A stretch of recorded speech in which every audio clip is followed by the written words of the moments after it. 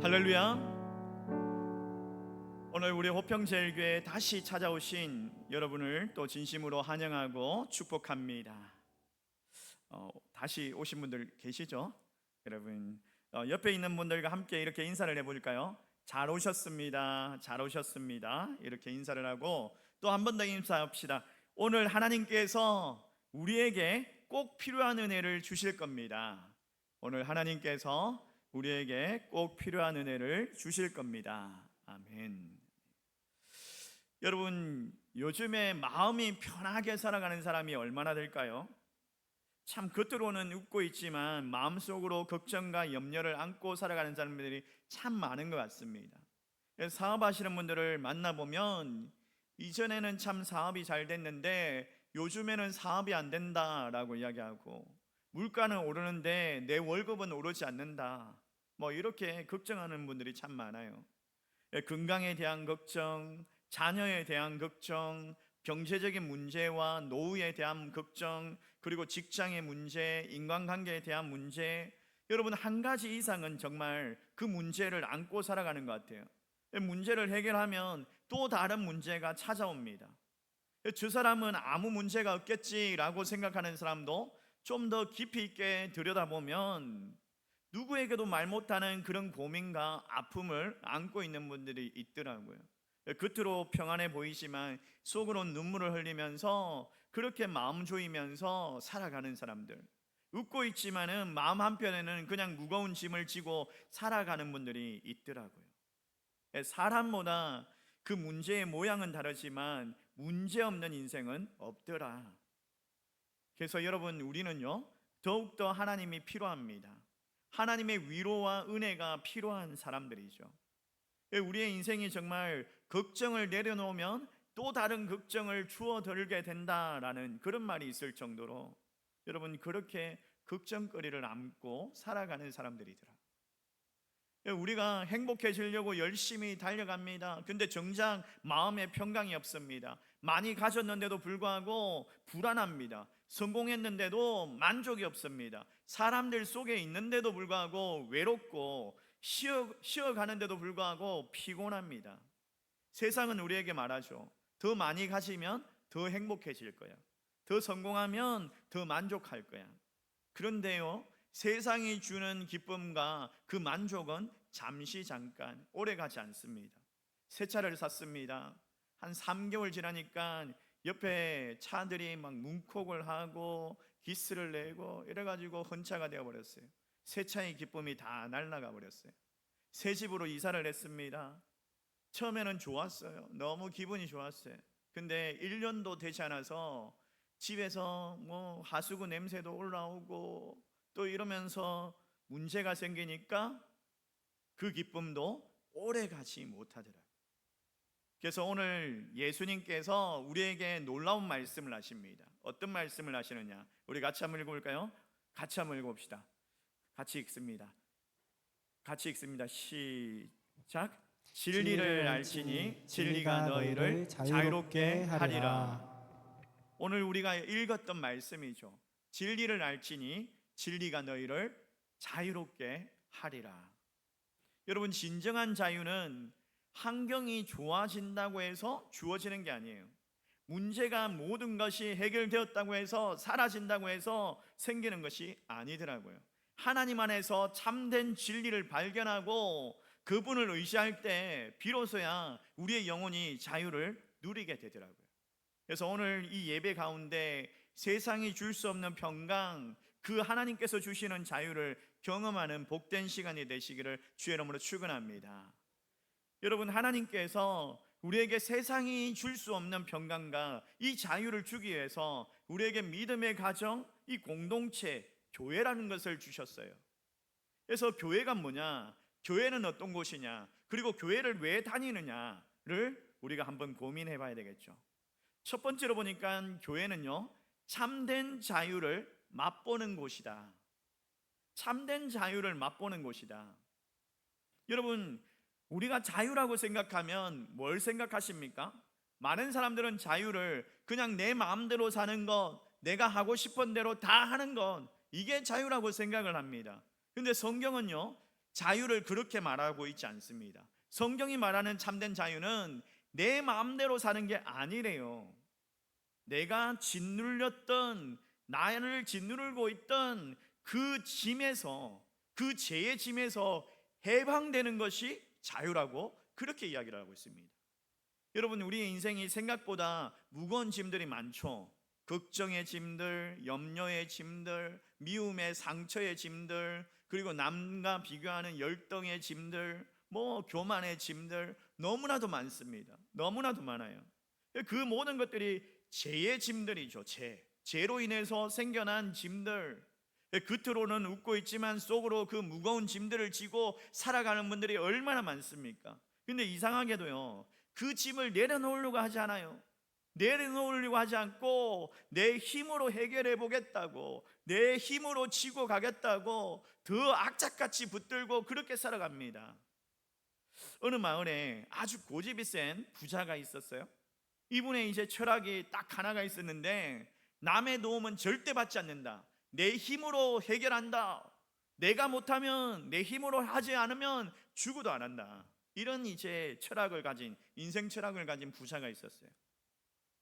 어느 날 이 부자가 무거운 짐을 지고 한여름에 그 언덕을 넘어갑니다. 언덕을 넘어가는데 막 짐이 얼마나 무거운지, 올라가면 올라갈수록, 언덕을 올라가면 올라갈수록 더 무거워지는 것 같아요. 얼굴이 시뻘개지고 땀이 그냥 폭포수처럼 막 쏟아지고 숨은 막 헐떡거리면서 넘어가기 직전이에요.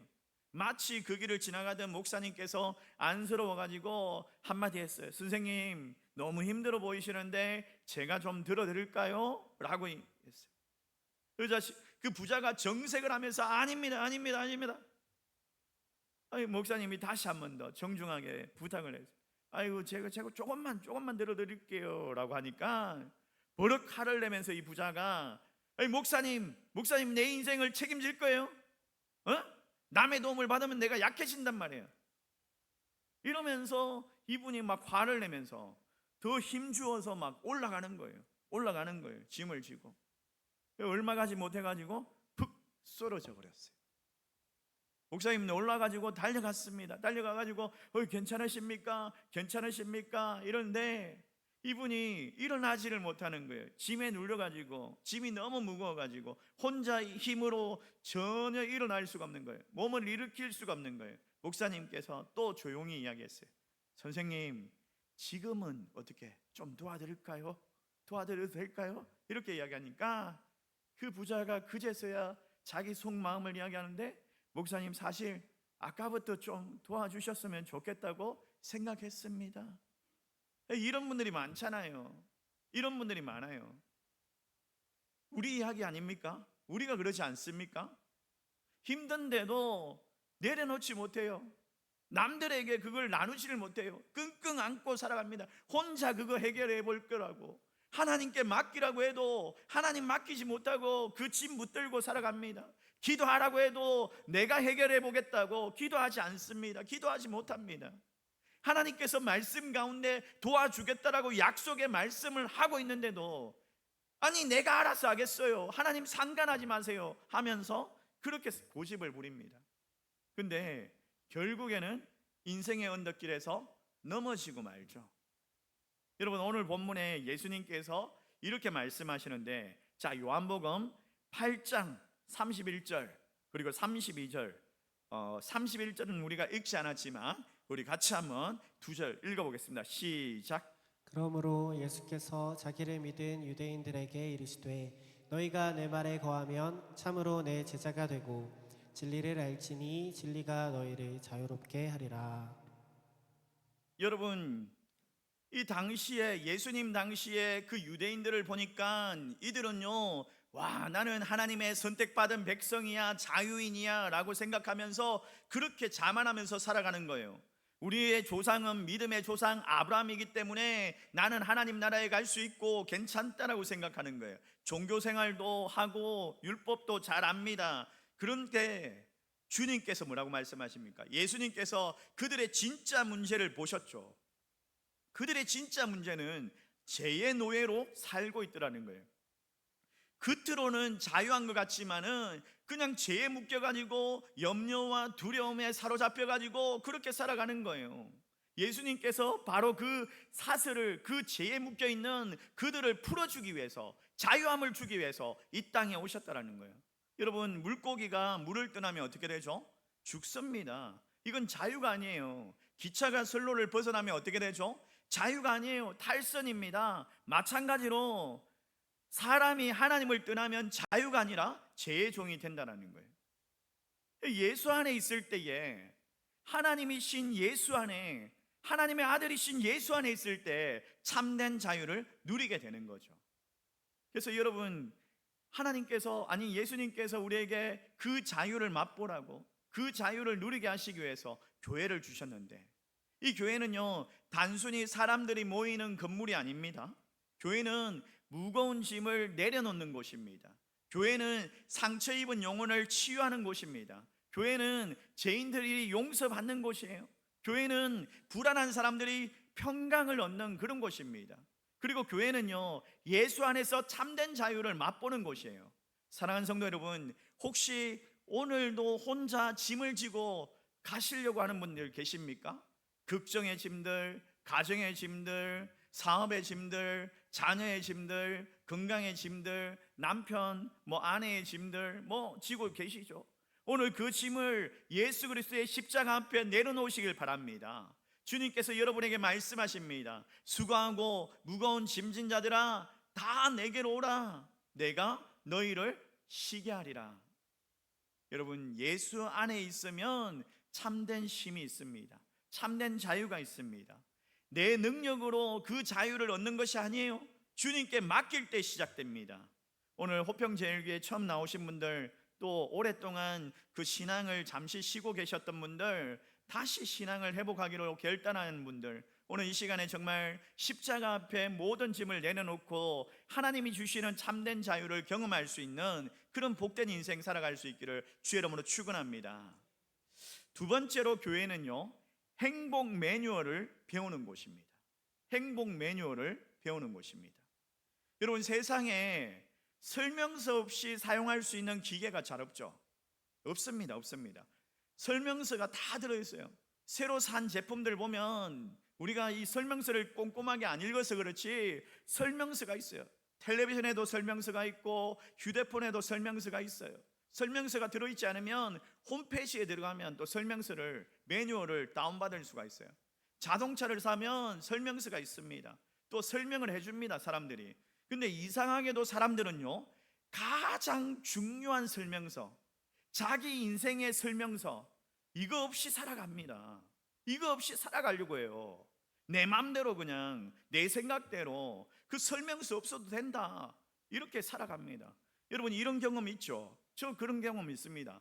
새로 산 제품인데 설명서를 안 보고 그냥 내 마음대로 막 눌러보다가 고장이 나가지고, 그래가지고 이걸 갖다가 고치냐 마냐 이러면서 서비스 센터에 전화하고, 이거 왜 고장 났습니까? 알고 보니까 내가 잘못 누른 건데, 내가 잘못 눌러가지고 고장 난 건데 설명서도 안 읽어보고 해가지고, 근데 막 따지고, 그런 적 있죠? 그런 적 있죠? 사실 인생도 똑같지 않습니까? 여러분, 하나님께서 우리를 만드시고 우리에게 행복하게 살라고 이 성경을 주셨는데, 인생의 완벽한 설명서, 매뉴얼을 주셨는데, 우리는요 이 성경을 펼치지도 않고 내 생각대로 살려고 하고, 내 경험이 있는 대로 살려고 하고, 내가 알아서 살려고 하는 그런 모습들이 있습니다. 그러다 보니까 인생이 꼬이고, 관계가 꼬이고, 마음이 무너지고, 또 가정이 막 흔들리고, 그렇게 되는 거예요. 여러분, 성경은 이걸 죄라고 이야기합니다. 죄가 그냥 단순하게 법을 어기고 또 나쁜 행동을 하고 그런 몇 가지를 가지고 말하는 것이 아니에요. 그 모든 것이 다 죄이겠지만, 이 죄의 가장 본질적인 것은 하나님 없이 내 마음대로 살겠다, 이 교만이죠. 내가 내 인생의 주인이다 그러면서 하나님 밀어내고 하나님 말씀 듣기 싫어, 이게 죄인 거죠.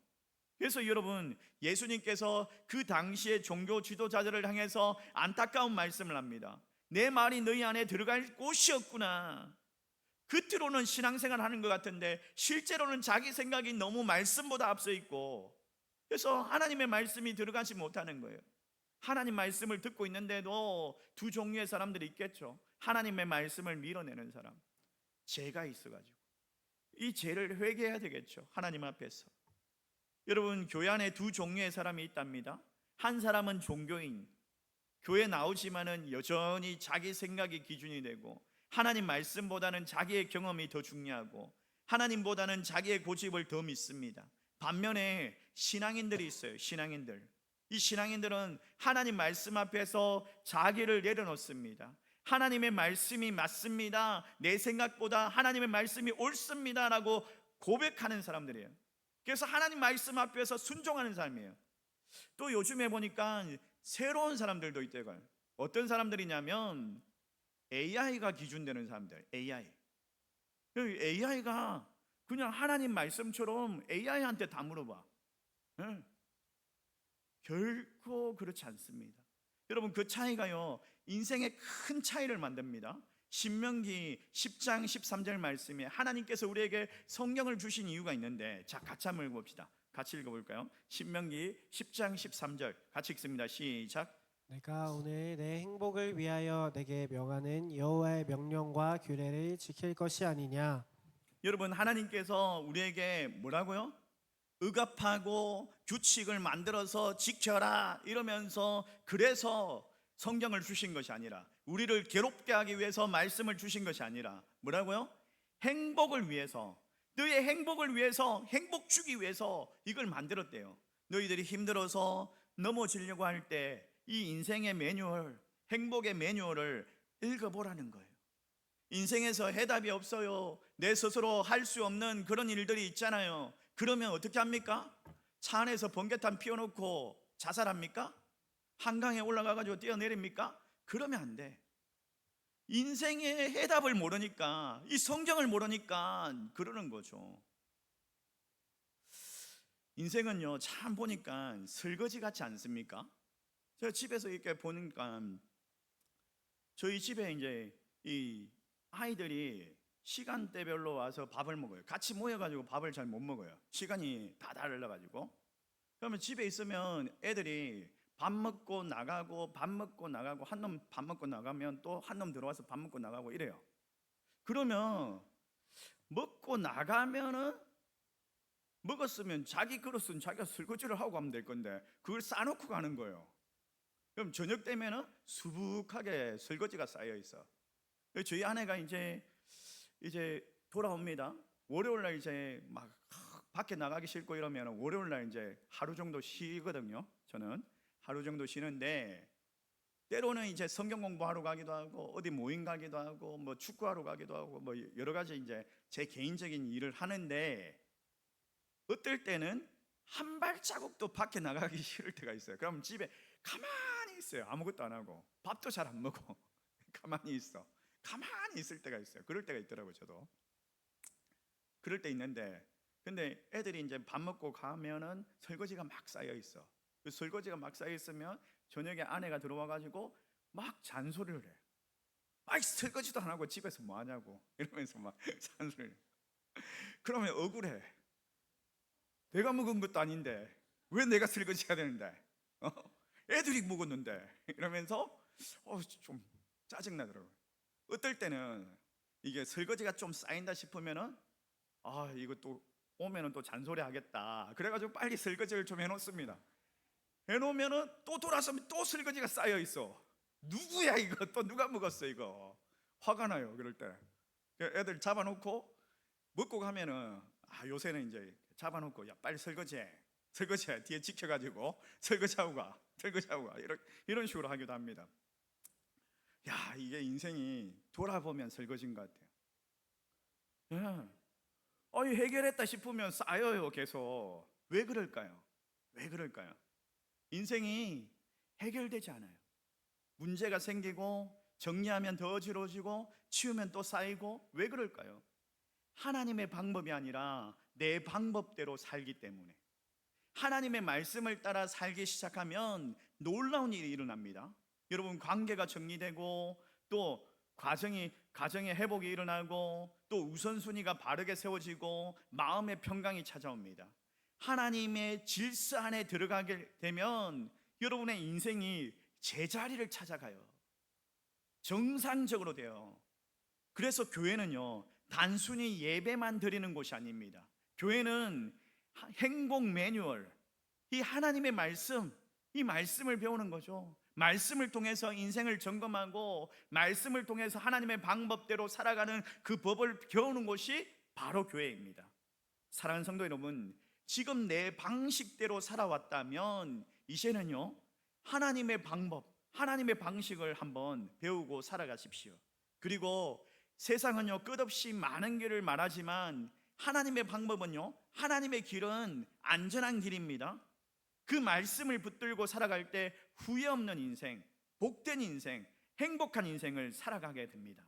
여러분, 오늘 호평제일교회 등록하시는 모든 분들, 이 행복 매뉴얼을 배우고 말씀 안에서 참된 행복을 누리는 그런 복된 성도님들 되시기를 주의 이름으로 축원합니다. 세 번째로, 교회는 사랑의 공동체입니다. 사랑을 경험할 수 있는 곳입니다. 여러분, 사람은요, 어떤 동물이다? 사회적인 동물이다. 그래서 혼자 살아갈 수 있는 존재가 아니에요. 혼자 살아갈 수 있도록 만들어진 존재가 아니더라는 거예요. 돈이 많아도 외롭습니다. 혼자 살아갈 수가 없습니다. 성공해도 외롭고 혼자 살아갈 수 없어요. 좋은 집에 살아도 외로울 수 있습니다. 왜 그럴까요? 하나님께서 우리를 만드실 때 서로 사랑하도록, 사랑을 주고 받도록 그렇게 우리를 만드셨다라는 거예요. 세상에서 가장 무서운 병이 뭔지 아십니까? 외로움이란 병이에요. 외로움. 주변에 사람이 있는데도 외로워요. 가족이 있는데도 외롭습니다. 함께 밥을 먹는데도 외롭습니다. 인정해 주지 못하고 격려해 주지 못하고 사랑해 주지 못하니까 외롭습니다. 근데 하나님은요, 우리를 혼자 두지 아니하십니다. 예수 믿는 사람들을 한 가족으로 묶어 주셨어요. 그게 바로 교회입니다. 교회는 건물이 아닙니다. 교회는요, 예배 이런 프로그램이 아닙니다. 교회는 사랑으로 연결되어 있는 하나님의 가족이에요. 하나님의 가족이에요. 교회는 혼자 잘 먹고 잘 사는 그런 곳이 아니에요. 기쁨으로 함께 나누고 정말 눈물로 함께 닦아주고 슬퍼해주며 그러면서 짐을 함께 들어주는 곳이 교회인 거예요. 성경은 말합니다. 갈라디아서 6장 2절 말씀, 우리 같이 한번 읽을까요? 같이 읽습니다. 시작. 너희가 짐을 서로 지라. 그리하여 그리스도의 법을 성취하라. 혼자 지고 가는 것이 아니에요. 혼자 지고 가면 무겁잖아요. 근데 함께 지면 어떻게 됩니까? 가벼워집니다. 신앙생활이 그런 거예요. 내가 힘들 때 누군가 나를 위해서 기도해주고 중보기도 해주고, 내가 넘어지려고 할 때 누군가 나를 위해서 손 내밀어주고, 내가 낙심할 때 누군가 나를 격려해주는 그런 사람이 있어야 돼요. 여러분에게 여러분을 위해서 진정으로 기도해 줄 수 있는 세 사람이 있습니까?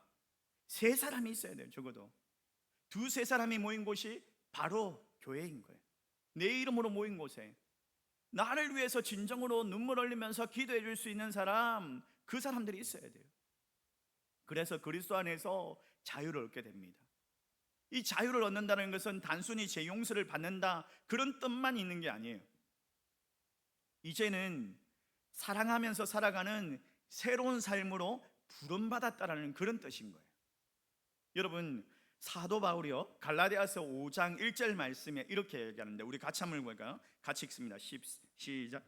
굳건하게 서서 다시는 종의 멍에를 매지 말라. 13절 말씀도 같이 읽습니다. 시작. 1절 말씀에 보니까 종의 멍에를 매지 말라라고 이야기합니다. 13절 말씀에서는 서로 사랑으로 종이 되라라고 이야기해요. 처음에는 종이 되지 말라, 나중에는 종이 되라고 이야기합니다. 그러니까 뭐가 차이냐면, 첫 번째로 보니까 죄의 종이 되지 말라, 두 번째로 보니까 사랑으로 종이 되라고 이야기해요. 왜 그럴까요? 여러분, 죄는 억압하죠. 또 묶어가지고 자유함을 없앱니다. 근데 사랑은요, 그 사람을 묶는 쇠사슬이 아니라 사람을 살리는 동아줄이 되는 거예요. 사람을 살리는 그런 끈이 되는 거예요. 주일학교에 한 선생님이 아이들에게 이런 질문을 했어요. 얘들아, 우리가 하나님의 사랑을 받는 거, 하나님께서 우리를 사랑한다는 것을 이걸 어떻게 표현할 수 있을까? 어떻게 알 수 있을까? 이렇게 물었어요. 질문을 하니까 하나이가 손을 번쩍 들고 이렇게 얘기하는 거예요. 선생님, 교회 와서 교회가 간식 주니까 하나님 우리 사랑하시는 거예요. 이러는 거예요. 그래서 선생님이 웃으면서 다시 물었어요. 왜 그렇게 생각하니? 라고 이야기하니까 이 아이가 아주 진지하게 이렇게 대답하는 거예요. 선생님, 친구들도 하나님이 주시고 간식도 주고 또 같이 먹으니까 더 맛있잖아요 라고 이야기하더래요. 이 아이의 말 속에 중요한 진리가 있지 않습니까? 행복은 혼자 누릴 때보다 함께 누릴 때 더 크십니다. 여러분, 사랑을 받을 때도 혼자 받는 것이 아니라 이 사랑을 나눌 때 더 커집니다. 그것이 바로 교회인 거죠. 누군가에게 봉사하고 누군가를 또 차량으로 섬기고 또 찬양으로 섬기고 또 방송으로 섬기고 또 악기로 섬기고 기도로 섬기고 누군가를 또 반찬을 만들어서 섬기고 또 누군가에게 이 섬김을 통해서 그 행복이 커지고 또 그 섬김 속에서 하나님의 행복이, 하나님의 평강이, 자유가 있다는 것을 깨닫게 됩니다. 나는 혼자가 아니구나. 나를 사랑해주는 이 믿음의 가족이 있구나. 하나님이 나를 사랑하시는구나. 이걸 알게 됩니다. 여러분, 남태평양에 피케인이라는 섬이 있대요. 아주 작은 섬이래요. 이 섬이 원래 처음에는 막 술, 담배, 다툼, 임신매매, 살인, 이 끊임없이 범죄로 그래가지고 절망이 없는 곳, 그냥 살 수가 없는 곳, 그런 곳인 거예요. 근데 어느 날 선교사님이 들어왔어요, 이 섬에. 그리고 성경이 들어왔습니다. 사람들이 이 성경을 배우고 성경을 읽기 시작합니다. 그리고 그 성경으로 인해 가지고 말씀대로 살아가기 시작합니다. 서로 용서하고 서로 섬기고 서로 사랑하기 시작합니다. 놀랍게도 그 지옥 같은 그 범죄 도시가, 그 범죄의 섬이 평화로운 공동체로 변화가 되었대요. 성경의 힘이었어요. 사랑의 힘이었어요. 사랑하는 성도 여러분, 세상은요 서로 경쟁하라 라고 이야기하죠. 학교만 가도 그냥 등수를 매기면서 경쟁을 시킵니다. 서로 이겨라. 저놈을 죽여야지 내가 살 수 있다. 나만 잘 되어야 된다. 이게 세상이 말하는 법칙인데, 근데 교회는요 섬겨야 돼. 예수님은 서로 사랑하라, 섬겨라고 말씀합니다. 함께 세워져 가라 라고 말씀하십니다. 교회는요 세상 어디에서도 경험할 수 없는 그 사랑의 공동체인 거죠. 오늘 처음 교회에 나오신 분들, 또 등록을 고민하시는 분들, 이제 혼자 신앙생활 하지 마십시오. 혼자 인생의 짐을 지고 가지 마십시오. 여러분에게 정말 영적인 가정이 되어줄 우리 교회 호평제일교회가 준비되어 있습니다.